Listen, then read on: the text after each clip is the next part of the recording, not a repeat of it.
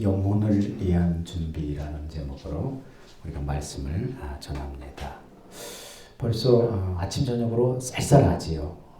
그래서 감기 걸리기 쉬운 그런 정도로 온도가 뚝 떨어졌어요.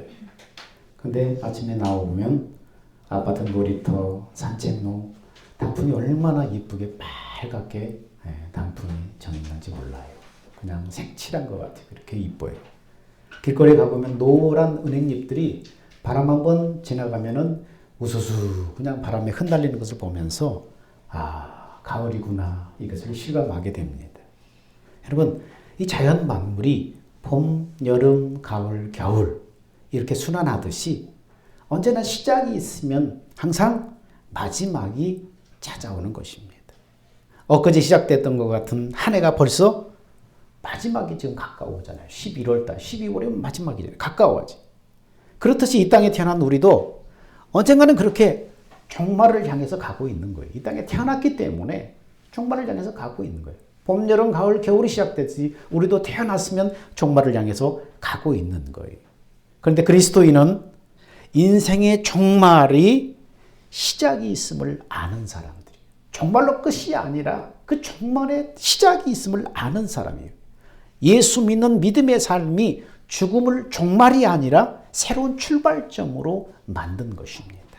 이것을 깨닫고 준비하는 것이 예수 믿는 삶입니다. 오늘 여러분 모두는 인생의 마지막에 죽음으로 끝나는 삶이 아니라 새로운 출발이 다 되시기를 예수 이름으로 축원합니다. 오늘 예수님께서는 오늘 본문 말씀 속에 두 종류의 삶과 죽음에 대해서 오늘 성경에 말씀하고 있어요. 오늘 예수께서 비유로 주신 그 이야기 중에 이름 모를 어떤 부자와 그리고 거지 나사로의 죽음과 삶에 대해서 보여주고 있습니다. 부자라고 명칭된 그 사람의 삶을 보니까 어떻습니까? 애굽에서 수입한 명품으로 옷을 입고 호사의 극치를 누리고 있었습니다. 당시에 세마포로 옷을 입는다는 것은 굉장한, 오늘날로 말하면 고급진 그런 명품이라고 할 수 있습니다. 그 사람은 세상의 부유함이 가져다주는 온갖 편의와 위세를 마음껏 누리면서 죽음이나 고난에 대해서는 신경 쓰지 않았어요. 관심도 갖지 않았어요. 여러분, 그렇다고 육체의 죽음을 피할 수는 없어요, 인간이. 내가 관심을 갖든 갖지 않든 육체의 죽음은 누구에게나 찾아오는 거예요. 그런 어느 날 그가 육신의 죽음으로 호사스러운 삶이 끝나게 되자 그에게 허망하고 고통스러운 결과가 그에게 찾아왔습니다. 그러면 그가 단지 부자였기 때문에 이렇게 비극적인 종말을 맞은 것이냐? 단지 잘 산다는 이유만으로 이렇게 비극적인 종말을 맞은 것이냐? 아니에요. 부유한 삶 자체가 비극으로 종말이 이어지는 것은 아니에요. 그렇다면 이 부자는 무엇 때문인가? 이 부자의 문제가 뭔가? 무엇보다도 죽은 이후에 영혼을 위한 준비가 없었다는 거예요. 거기에 대한 관심도 갖지 않고 그냥 마음껏 세상에 즐기며 사는 거예요. 오직 자기와 자기 가족들이 잘 먹고 잘 사는 것에만 관심을 가졌습니다. 땅의 양식만을 위해서 일했던 거예요. 한마디로 말하면. 영생의 양식에 대해서는 철저히 무관심했다는 것을 우리는 발견하게 됩니다. 무엇으로 그걸 알 수 있는가? 그 집 부잣집 그 문간에 질병과 굶주림으로 죽어가는 거지가 있었지만 철저히 외면당했다는 사실을 통해서 부자가 어떤 삶을 살았는가를 우리는 짐작하게 되는 것입니다. 어느덧 부자도 죽어서 장례를 마치고 나서 그 영혼을 기다리는 것은 어떤 것이었어요? 불붙는 음부의 고통이 그들을 기다리고 있었습니다. 반면에 또 한 사람이 등장하는데 그 사람은 어떤 사람이에요? 거지 나사로라고 명명이 되어 있습니다. 거지 나사로는 이름의 뜻은 하나님의 도움이라는 그런 뜻을 가지고 있는 이 나사로의 삶은 어땠는가? 그는 병든 몸으로 빵 한 조각을 얻으려고 애쓰는 가엾은 실존이었습니다. 심지어는 주변의 개들로부터도 자신을 지킬 수 없는 이 비참한 인생은 아무에게도 돌봄을 받지 못한 채 그렇게 죽음을 맞이했습니다. 그런데 그렇게 외롭게 보였던 그의 죽음 다음에는 천사들에게 받들려서 낙원으로 들어가는 영광이 그에게 기다리고 있었다는 거예요. 왜입니까? 그는 육신은 비록 병들었지만은 그 영혼만은 깨끗하고 건강해서 믿음으로 하나님의 나라를 소망하며 살았던 것으로 보입니다. 무엇을 통해서요? 그가 믿음의 조상 아브라함의 품에 안겨 있다는 것을 통해서 그가 믿음을 가지고 이 땅에서 신앙생활하면서 하늘의 소망 가운데 살고 있었구나. 그것을 우리는 유추하게 됩니다. 그가 낙원에 이르러서 믿음의 조상 아브라함의 품에서 신과 위로를 받고 있다고 성경은 기록하고 있는 것입니다. 전도서는 그렇게 말하죠. 자, 모두가 한 것으로 되돌아간다. 모두가 흙에서 나왔으니 모두가 흙으로 돌아가는 것이다. 이렇게 말을 하고 있습니다. 사람의 영혼은 위로 올라가고 짐승의 영혼은 땅속으로 내려간다고 하는데 그것을 누가 능히 알겠느냐. 우리 육신은 하나님이 만드실 때 흙으로 사람을 창조했기 때문에 죽으면 이 육신은 흙으로 돌아가는 거예요. 그렇지만 이 흙으로 지어진 육신은 하나의 집이에요. 진짜 나는 이 흙으로 지어진 육신 안에 있는 영혼이 내 생명이에요. 그 영혼은 어떻습니까? 흙은 흙으로 지어졌기 때문에 흙으로 돌아가지만 영혼은 하나님께로 왔기 때문에 다시 위로 올라가서 낙원에 들어가든 불붙는 음부로 들어가든 둘 중에 하나로 갈라진다는 거예요. 육신의 죽음이 끝이 아니라는 것을 오늘 말하고 있는 거예요. 누구나 한 번 죽는 것은 사람에게 다 정한 것입니다. 성경은 그래서 이렇게 말하죠. 한 번 죽는 것은 사람에게 정하신 것이요 그 후에는 심판이 있으리라. 죽음으로 끝나는 게 아니라는 거예요. 죽는다는 것은 내가 소멸되는 게 아니에요. 육신은 흙으로 지어졌기 때문에 이것은 집이에요. 내 영혼이 사는 집이에요. 그러니까 죽음이라는 건 영혼과 육체가 분리되는 거예요. 육체로 흙으로 지어졌기 때문에 흙으로 다시 돌아가지만 영혼은 하나님이 주셨기 때문에 하늘로 올라가는 거예요. 근데 그 후에는 뭐예요? 심판이 있다는 거예요. 끝이 아니라는 거예요. 육신의 죽음 뒤에는 낙원과 음부로 갈라지는 영혼의 심판이 있다고 분명히 성경은 말합니다. 그렇다면 우리의 육신의 죽음이 우리를 낙원과 음부로 갈라놓는 기준이 뭐냐? 낙원과 음부로 우리 육신의 죽은 다음에 우리 영혼을 낙원과 음부로 갈라놓는 기준이 무엇이냐? 영혼을 위해서 준비했느냐? 이것이 기준입니다. 네가 영혼을 위해서 준비했느냐?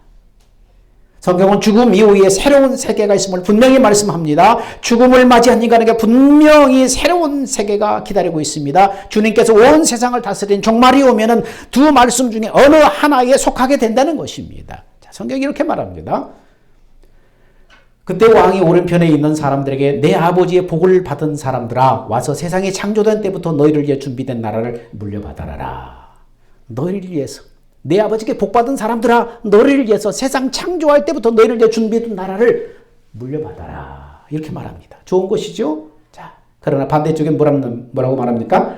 그런 다음에 그는 왼편에 있는 사람들에게 저주를 받은 사람들아 너희는 내게서 떠나서 마귀와 그 부하들을 위해서 준비된 영영한 불에 들어가라. 이 말씀 중에 어느 하나의 사람은 속하게 된다는 것입니다. 하나님 앞에 복을 받은 사람들이 물려받을 하나님의 나라냐 아니면 저주를 받은 사람들이 마귀와 그 사자들을 위해서 예비된 영영한 불 붙는 곳이냐 둘 중에 하나로 갈라진다는 거예요. 여러분 인류 역사에 수많은 사람들이 죽은 이후의 세계를 부인하고 성경의 가르침을 무시하려는 시도들이 끊임없이 일어났습니다. 그러나 그럴수록 사람들은 죽음에 대한 두려움만 커져가고 오래 살려고 하는 욕망, 죽음을 극복하려는 노력이 치열해져 갔습니다. 그러나 지금까지 그것을 극복하지 못했습니다.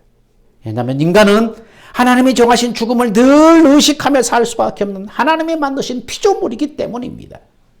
여러분 그 피조물의 소망, 그 피조물의 희망이 아름답게 성취되는 곳이 어디입니까? 바로 천국이에요. 하나님의 나라예요.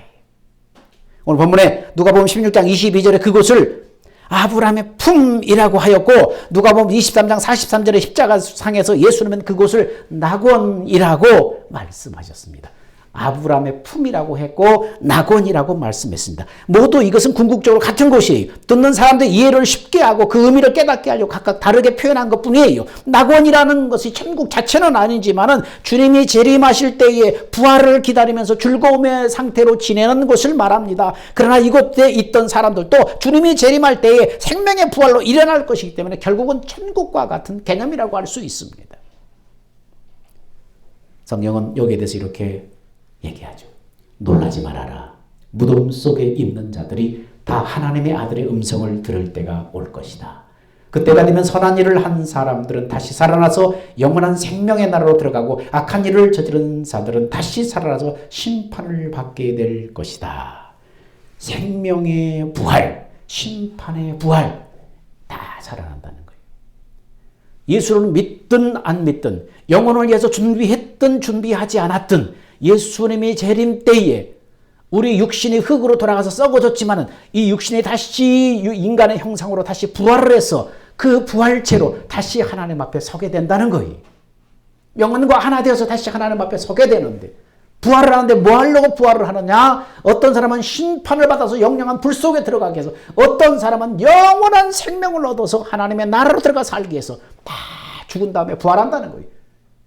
주님이 재림하실 때에 천사의 소리가 하나님의 나팔로 하늘로 친히 쫓아서 강림하실 때에 모든 인류의 죽은 자들이 다 살아난다는 거예요. 뭐하기 위해서? 심판받기 위해서. 낙원의 반대 개념으로 음부라는 곳이 있는데, 이것은 성경에 고통받는 곳이라고 기록되어 있습니다. 그래서 이것은 결과적으로 지옥을 말하는 것입니다. 죽음 이후의 세계는 여러 분류가 있는데 결국 넓은 의미로 천국과 지옥 둘 뿐입니다. 이 나눔을 누구도 피할 수 없다는 거예요. 아브라함의 품 안에 있는 영혼과 불꽃 가운데서 울부짖으며 고통받는 영혼, 이 두 사람이 서로 대조를 이루며 오늘 우리에게 보여주고 있는 거예요. 성경은 영혼을 위한 준비가 너에게 필요하다 계속 강조를 합니다.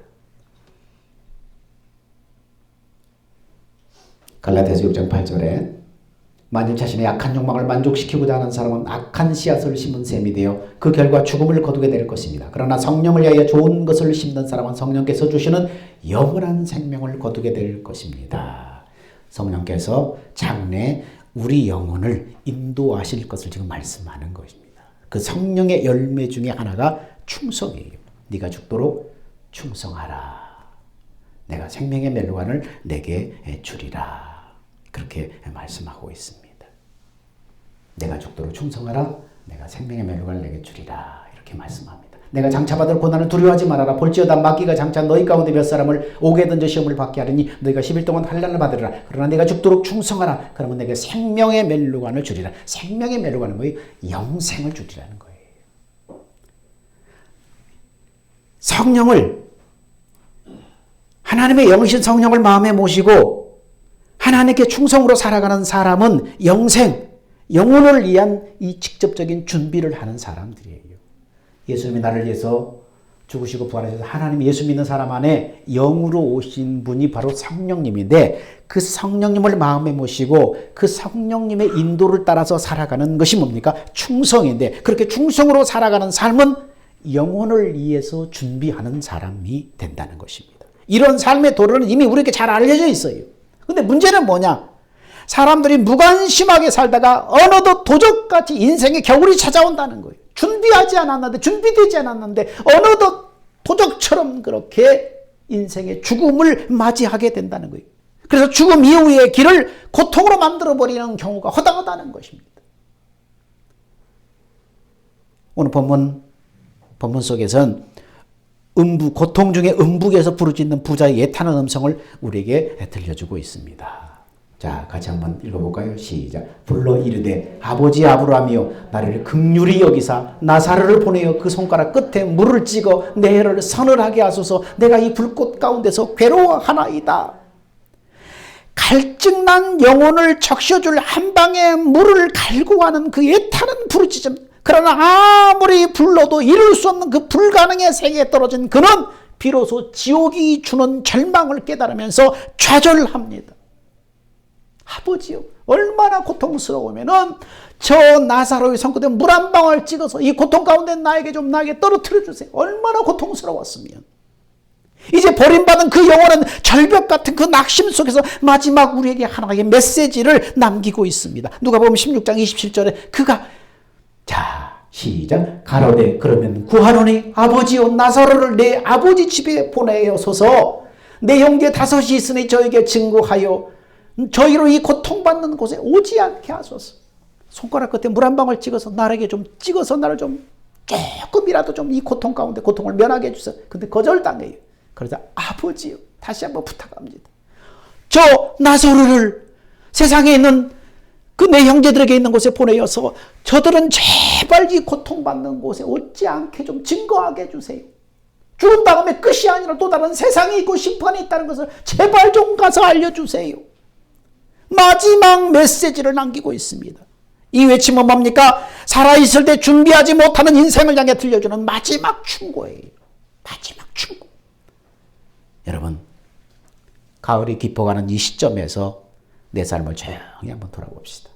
나는 육체의 삶이 끝난 후에 영혼을 위한 준비를 해두었는가? 죽으면 끝이 아니는데, 자연 만물의 순환을 보듯이 우리 인생에도 분명히 인생의 겨울이 찾아오는데 나는 영혼을 위해서 준비해 두었는가? 육신을 위한 준비들은 정성 들여서 많이 합니다. 가정과 일터의 기반을 잡느라 정말 수고하고 애씁니다. 삶의 질을 높이기 위해서 애씁니다. 근데 그와 함께 영혼을 위한 준비를 중요하게 점검해야 됩니다. 육신을 벗은 다음에 또 다른 세계가 기다리고 있습니다. 육체의 열매는 찬란하고 풍성한데 영혼의 결실은 찬바람 속에 빈약한 가지처럼 항상하게 떨고 있지는 않는지 우리 자신을 철저하게 한번 점검해 보자는 거예요. 여러분, 바로 오늘이 영혼을 위해서 준비할 기회예요. 육신을 벗은 다음에 비참한 운명에 처하지 않게 해서 그럼 어떻게 영혼을 준비할 것인가? 하나님이 약속한 그 복음의 약속을 듣고 믿음으로 예수를 마음의 구주로 영접하는 거예요. 그럼 복음의 약속이 뭐냐? 여러분의 운명을 가를 마지막 5분의 메시지를 여러분 주목하십시오. 복음이란 영원전에 하나님의 꿈과 약속이 있었어요. 그 하나님의 꿈과 약속은 당신의 형상으로 사람을 창조해서 그 안에 영원한 생명으로 그를 낳아서 그 생명으로 하나님과 교제하다가 하나님의 형상을 담도록 인간을 육신 안에서 키우는 거예요. 그래서 육신의 삶이 끝나면은 그를 데리고 가서 하나님의 나라의 기업을 상속하여 주시는 것입니다. 이것이 하나님의 꿈과 약속이에요. 그 하나님의 꿈과 약속을 이루기 위해서 하나님이 세상을 창조하고 인간을 창조하고 에덴 동산을 창설하신 거예요. 근데 인간은 마귀의 유혹으로 타락해서 본질이 부패한 마귀의 종된 인간, 죄인이 되고 말하는 거예요. 마귀는 죄인된 인간을 종 삼아서 그의 삶과 물질과 행복을 도적질하고 죽이고 멸망으로 끌고 감으로써 인간은 육체를 벗은 다음에 지옥에 처할 운명에 처해 있는 거예요. 마귀는 이것을 인간이 알지 못하도록 그로 하여금 육신의 정욕, 안목의 정욕, 이생의 자랑으로 인간을 가둡니다. 이 세상에 여러분 돈과 명예와 세상 쾌락과 이런 것들로 눈이 어두도록 그를 가두어 버리는 거예요. 그 너머를 보지 못하는 거예요. 육체를 벗은 다음에 세계를 보지 못하도록 그것으로 가려버립니다. 그래서 이것을 인생의 목적으로 삼고 달려가도록 계속 그 욕심으로 그 사람을 충동하는 것입니다. 인간은 이것을 알지 못하고 세상에 얻고 누릴 수 있는 이것을 취하게 되면 자기는 행복할 것이라고 착각하면서 이른 아침부터 밤늦게까지 수고하기로 애쓰는 거예요. 하나님은 이런 비참한 운명에서 그리스도를 보내서 인간을 구원하시겠다고 약속을 하셨어요.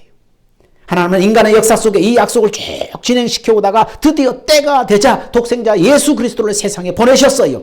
독생자 예수님은 하나님의 그 약속을 이루기 위해서 인간의 모든 죄를 당신이 다 짊어져서 대속하시고 본질이 부패한 죄인된 나의 생명과 하나가 되어서 십자가의 죽으심으로 우리의 마귀의 종된 옛사람을 끝장내셨어요. 그러시고 우리의 모든 죄를 당신이 전가받은 그 죄가 다 이미 다 계산되었음을 입증하시기 위해서 죽음에서 부활하셨어요. 죄가 한 점이라도 남아있으면 죽음에서 부활할 수 없는 거예요. 왜냐하면 죄의 싹은 사망이기 때문에 사망이 그를 놓아주지 않는 거예요. 그가 부활하셨다는 것은 우리 죄를 예수님이 대신 다 대속하셨는데 그 죄를 다 계산했음을 증명하는 것입니다. 그래서 죽음에서 부활하시고 하늘로 승천하셨어요. 이제 하나님의 꿈과 약속을 듣고 그리고 그 약속의 성취를 위해서 예수께서 이루신 일을 믿고 예수를 나의 주인, 나의 구세주로 영접하는 사람에게 그 부활의 주님이 영으로 성령으로 내 안에 임해서 나를 영원한 생명, 영생으로 나를 낳으심으로 내 생명 자체를 바꿔주시겠다는 거예요. 이게 약속이 하나님의 복음의 약속이에요. 그래서 요한복음 3장 16절에 이렇게 말하는 것입니다. 읽어볼까요? 시작. 하나님이 세상을 이처럼 사랑하사 독생자를 주셨으니 이는 그를 믿는 자마다 멸망하지 않고 영생을 얻게 하려 하십니다. 예수 그리스도를 보내신 것은 그를 믿고 영접하는 사람에게 멸망하지 않고 영생, 영원한 생명을 얻게 하려 하십니다. 여러분, 이 시간 인생의 겨울이 오기 전에 영혼을 위해서 준비하겠습니까?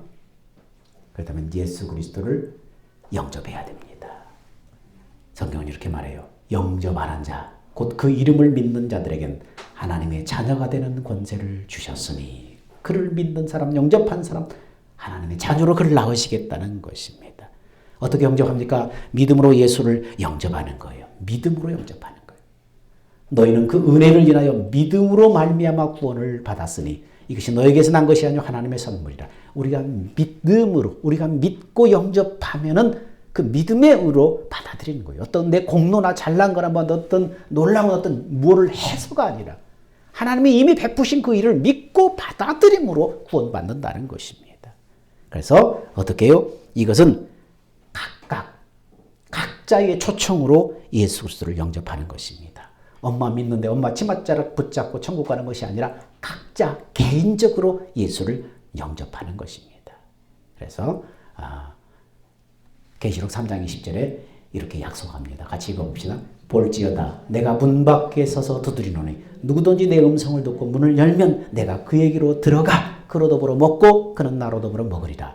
볼지어다 내가 문 밖에 서서 두드리노니 내가 너희들 마음 문 밖에서 두드리노니 너에게 복음 전하는 자들 교회든 길거리에서든 너희 문 밖에서 내가 두드리는 누구든지 내 음성을 듣고 그 복음의 음성을 듣고 너희 마음문을 열어서 예수를 영접하면 내가 그에게로 들어가리라. 약속입니다. 약속.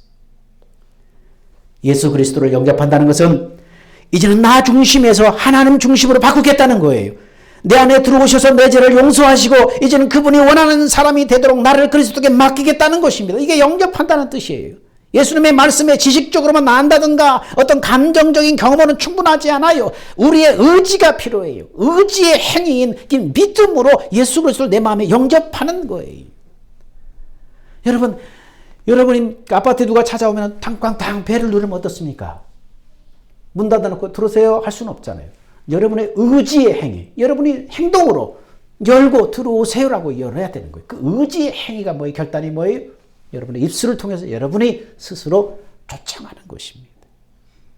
여러분 이 자리에서 예수 그리스도를 기도라는 그런 의지의 행위를 통해서 예수를 영접할 수 있습니다. 기도는 하나님 앞에 얘기하는 거예요. 들어오세요. 들어오세요. 인격적으로 얘기하는 것입니다. 예수님이 나의 중심에 들어오도록 여러분 간절한 마음으로 기도하십시오. 하나님이 우리 중심을 알고 계셔. 근데 이브의 말보다는 중심의 태도를 보고 싶어 하시는 거예요. 그게 뭐예요? 기도예요. 이렇게 영접 기도를 할 것입니다. 여러분 예수 믿는 사람도 있고 하여튼 예수를 마음에 영접하지 않는 사람도 있을 거예요.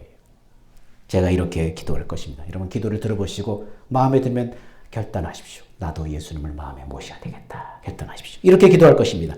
주 예수님, 난 주님을 믿고 싶습니다. 십자가의 죽이심으로 내 죄를 담당하시니 감사합니다. 지금 나는 내 마음의 문을 열고 예수님을 나의 구주, 나의 하나님으로 영접합니다. 내 죄를 용서하시고 영생을 주셔서 감사합니다. 이제부터 나를 다스려 주시고 나를 주님이 원하는 사람으로 만들어 주옵소서. 예수님의 이름으로 기도합니다. 이렇게 기도를 통해서 예수님 들어오십시오. 들어오셔서 이런 일들을 이루어 주십시오. 문을 여는 거예요. 아파트 문을 여는 거예요. 그분은 그렇게 하시면 그 의지, 여러분의 의지 행동으로 그렇게 믿음으로 하면은 뭐라고 약속하셨어요? 내가 그에게로 들어가. 약속하셨어요. 여러분 이 기도를 통해서 예수 그리스도를 마음에 영접하기 원하는 분은 저를 따라서 함께 여러분의 의지를 표현해 주십시오. 자, 기도하기를 원하시는 분, 우리 또 이미 믿는 분도 같이 한번 손을 모으고 따라서 기도합니다. 주 예수님, 나는 주님을 믿고 싶습니다. 십자가의 죽으심으로 내 죄를 감당하시니 감사합니다. 지금 나는 내 마음의 문을 열고 예수님을 나의 구주, 나의 하나님으로 영접합니다. 나의 죄를 용서하시고 영생을 주셔서 감사합니다. 이제부터 나를 다스려 주시고 나를 주님이 원하는 사람으로 만들어 주옵소서. 예수님의 이름으로 기도합니다. 아멘. 여러분의 의지의 표현, 마음을 행동, 의지의 표현으로 여러분의 입술을 열어서 예수님을 마음에 들어오시도록 영접을 했습니다. 여러분, 예수님이 기도한 그 사람 안에 계시다는 것을 어떻게 알 수 있을까요?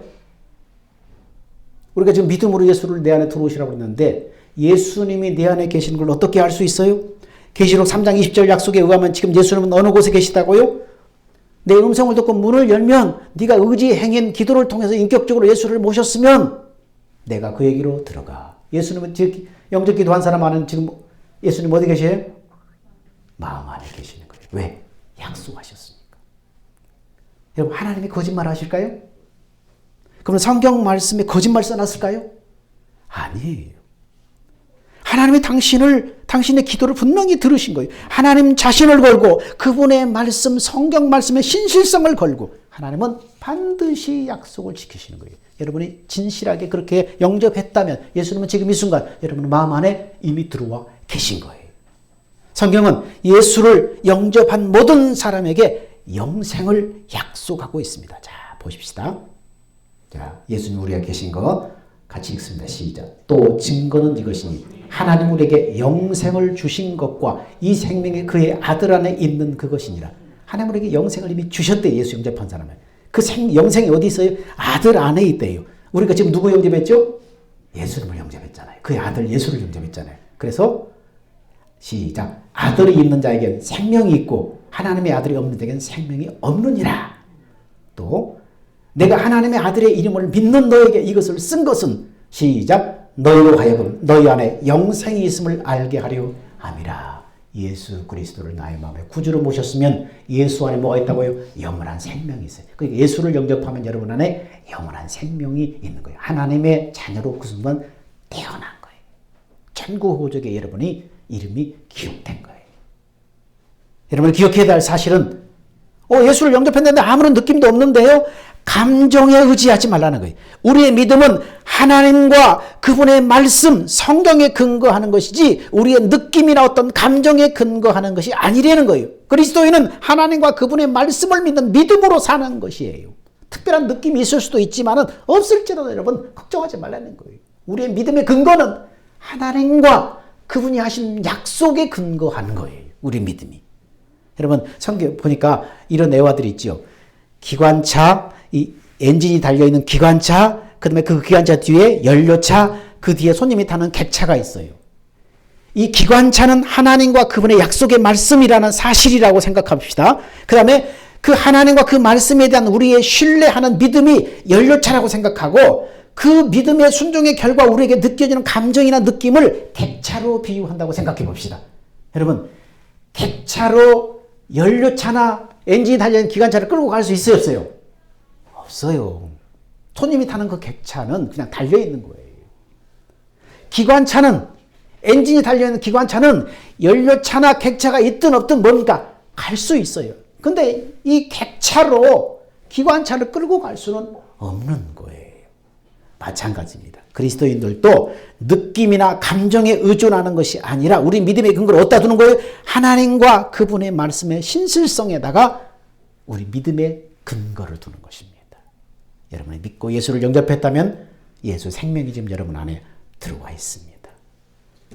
여러분 옛날에 시골에 아궁이에다 장작을 떼서 밥을 짓지요.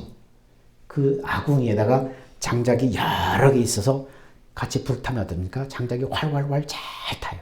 근데 그 중에 하나를 꺼내서 밖에다 꺼내면 어때요? 그 장작이 타다가 매운 연기를 내다가 나중에 꺼져버려요. 예수를 영접한 다음에 이 믿음이 꺼지지 않도록 잘 보존하기 위해서는 어떻게 해요? 함께 있어야 되는 거예요. 아궁이에 함께 있어서 신앙생활을 해야 되는 거예요. 그 말은 무슨 말이에요? 예수 영접한 다음에 그 믿음을 끝까지 잘 지키기 위해서는 교회라는 이 아궁이 함께 교회 중심으로 모여서 그래서 신앙생활을 하는 거예요. 혼자 나가 있으면 꺼져버리는 거예요. 그래서 교회에 모여서 함께 신앙생활을 하는 것입니다. 여러분, 예수를 영접한 여러분을 주의 이름으로 축복합니다. 이미 여러분 안에 하나님의 생명이 들어와 있습니다. 그 믿음을 꼭 붙잡으시고 기회가 되시면 꼭 교회 중심으로 신앙생활을 할 수 있는 기회를 잡으시기를 예수 이름으로 축원합니다. 기도하겠습니다. 사랑과 은혜가 풍성하신 아버지 하나님, 은혜와 사랑을 감사합니다. 하나님, 영혼을 위한 준비에 대해서 오늘 말씀을 들었습니다. 육신이 죽으면 끝이 아니라 육신이 죽은 다음에 분명한 심판이 기다리고 있다고 합니다. 육신이 내가 아니라 육신 안에 있는 영혼이 생명인데 육신이 끝난 다음에 분명한 새로운 세계를 기다리고 있다는 것입니다. 우리의 영혼이 어디로 갈 것인가? 두 갈래의 길이 있는데 이 길의 기준은 네가 살아있을 때 영혼을 위해서 준비했느냐에 따라서 두 갈래의 길 중에 하나를 택하게 됩니다. 하나는 우리는 고통받는 것이 아니라 하나님이 창세 전부터 우리를 위해서 예비된 영생의 나라에 들어가 복락을 주기를 원하오니 하나님, 우리가 예수를 영접했습니다. 우리 안에 예수 생명이 들어와 있습니다. 하나님의 약속대로 믿음을 가지고 예수를 영접했사오니 주여, 이 믿음 주 앞에 가는 그날까지 잘 지키게 하시고 영혼을 위해서 준비하는 사람들 되게 하여 주옵소서. 생명 되신 예수님의 이름으로 기도하옵나이다. 아멘. 우리 다 같이 기립하셔서 주님 다시 오실 때까지 우리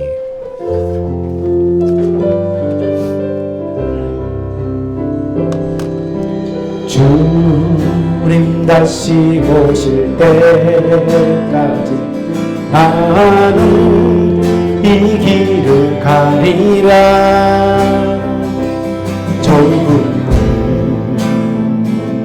좁은 길 나의 십자가 지고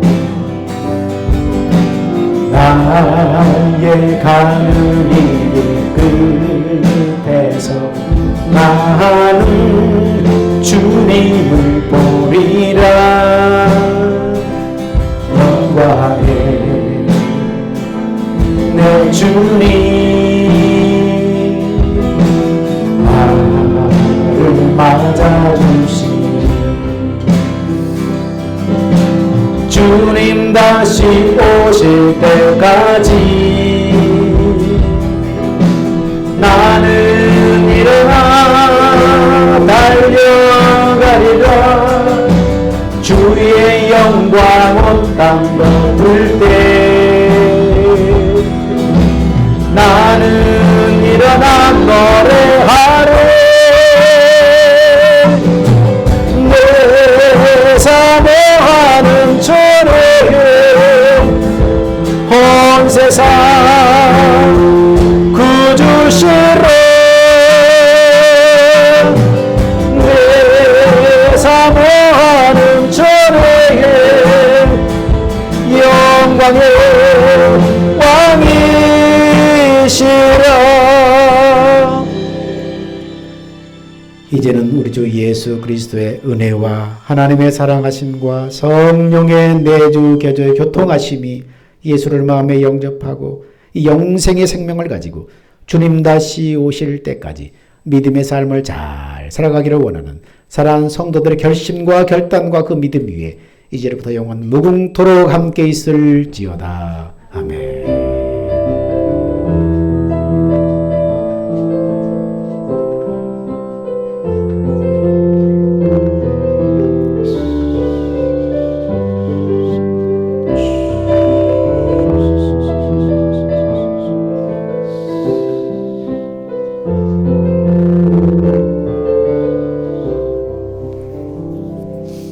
예배 마쳤습니다.